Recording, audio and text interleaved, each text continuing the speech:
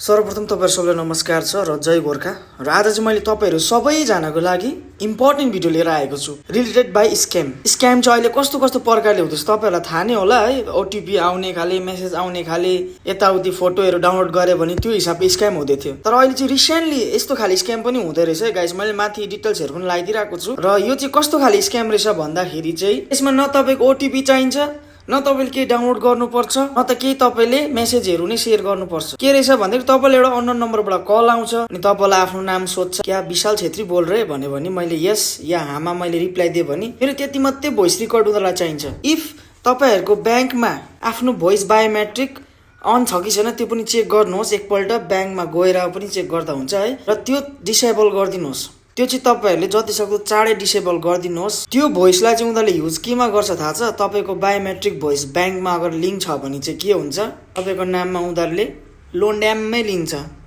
तपाईको नाममा अकाउन्ट खोल्छ तपाईको अब त्यो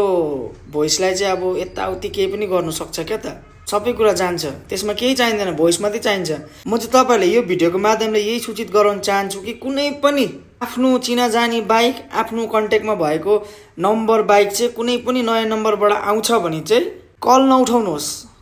इफ कल उठाउनु भयो भने पनि नबोल्नुहोस् बरु उठाउँदै नउठाउनुहोस् क्या अननोन नम्बरहरुलाई चाहिँ कलै नउठाउनुहोस् बुझ्नुभयो मेरो चाहिँ तपाईहरुलाई यो मेसेज थियो तपाईहरुलाई के कस्तो लाग्छ जति सक्नुहुन्छ आफ्नो साथीभाइ माझ सबैलाई शेयर गरिदिनुहोस् है ल